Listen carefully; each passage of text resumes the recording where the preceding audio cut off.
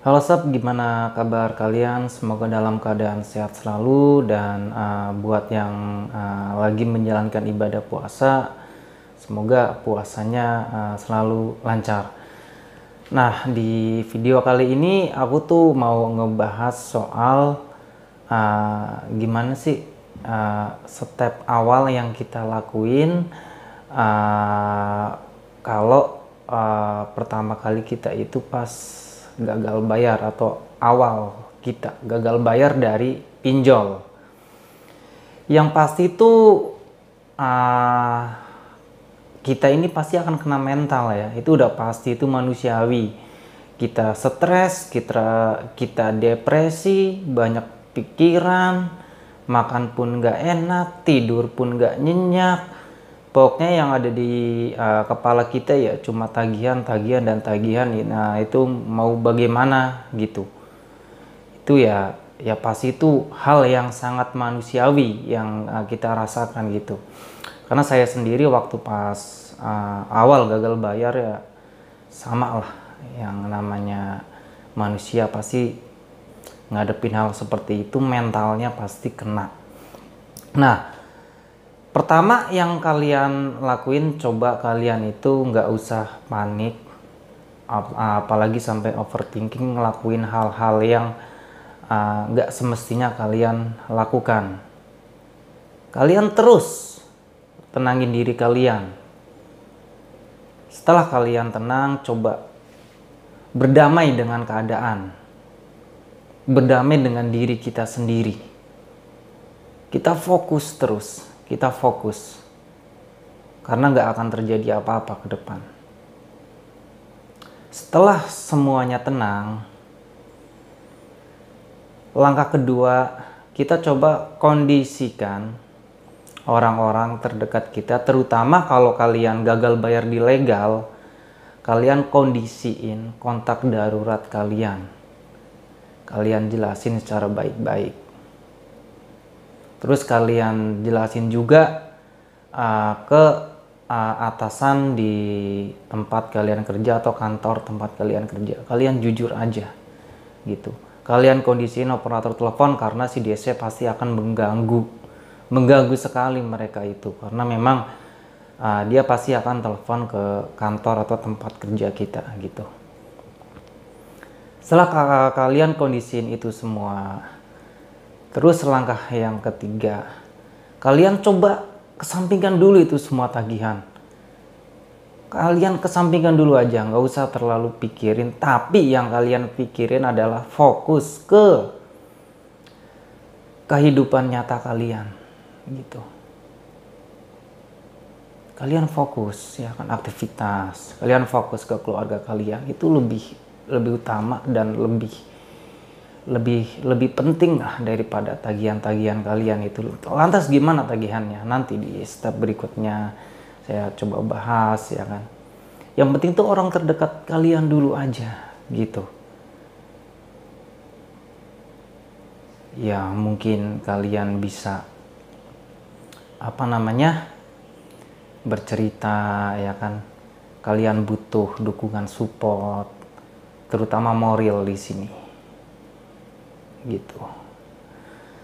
Setelah itu kalian yang udah tergabung di grup Wanitangi kan udah biasa sharing tuh soal yang namanya aplikasi-aplikasi ya kan.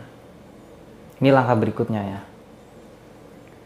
Nah, kalian coba pelajari pinjol itu apa sih, resikonya. Pinjol itu sifatnya apa sih? Sering kita bahas resiko yang paling mentok dari pinjol ini ya cuma blacklist Slik OJK. Dan sifatnya adalah KTA. Udah gitu aja. Terus gimana dengan yang ilegal? Untuk ilegal, ya kalian cuma dibikin sedikit repot aja. Tinggal broadcast aja, kita sering ngasih bahan broadcastannya kok. Tinggal kita jelasin ke orang-orang yang ada di kontak handphone kita. Udah tugas kita itu aja kok, tinggal dilewatin aja itu. Hanya cuma sanksi sosial aja kok yang kita dapat. Kita istilahnya cuma dipermaluin doang sama si DC. Setelahnya nggak akan terjadi apa-apa, ilegal. Dan ilegal juga ngapain dibayar? Bayar pajak juga enggak. Perusahaannya bodong, ya kan. Pemerintah aja bilang, udah nggak usah dibayar. Buat apa ya kan? Ilegal itu dibayar. Lawang bunga tenor nggak masuk di akal. Seolah-olah dia mau nolong, nyatanya apa? Mau meres. Ya toh, udah ilegal ngapain dipikir, ya kan? Nah, terus kalau kita bicara soal yang namanya tagihan, ya kan hubungannya dengan aplikasi kan. Ya, kalian buang semua itu ilegal, dan untuk legal kalian pisahkan mana yang ada DC-nya, yang ada DC lapangannya, dan mana yang belum ada DC lapangannya gitu. Karena nggak semua aplikasi legal itu udah mendatangkan DC lapangan gitu. Tapi WA-nya ada mas yang aplikasi ini ya kan. Nah, kalau masih sebatas WA kayak gitu udah tinggal diabaikan aja, cuekin aja. Nggak perlu kalian respon atau kalian gubris itu mereka. Udah.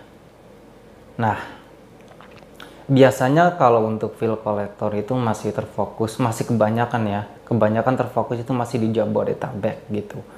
Walaupun ada aplikasi yang udah hampir menyeluruh tuh hanya beberapa aja, tapi sebagian besar itu masih terfokus di Jabodetabek. Gimana cara menyelesaikannya? Itu nanti ya kan. Yang terpenting itu adalah kehidupan kalian dulu. Itu yang perlu kalian pikirkan. Keluarga kalian, diri kalian. Gak usah melakukan hal-hal yang di luar akal sehat. Gak usah, gak ada gunanya itu. Apalagi sampai berdrama ria, sampai berbulan-bulan kayak gitu ya kan. Itu gak perlu kalian lakuin hal seperti itu.